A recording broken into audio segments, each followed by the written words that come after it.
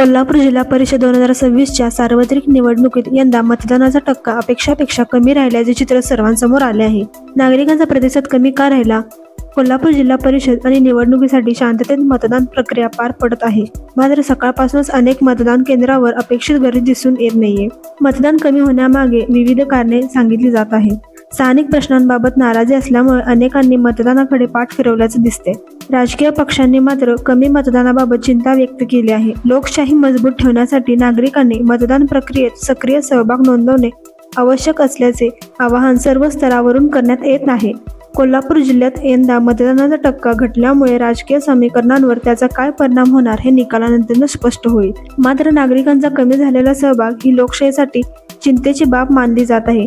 मतदानाचा घटलेला टक्का हा प्रशासन आणि राजकीय पक्षांसाठी आत्मपरीक्षणाचा विषय ठरत आहे.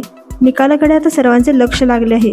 अशाच ताज्या बातम्यांसाठी ग्लोबल न्यूजला लाईक करा, शेअर करा, सबस्क्राईब करा.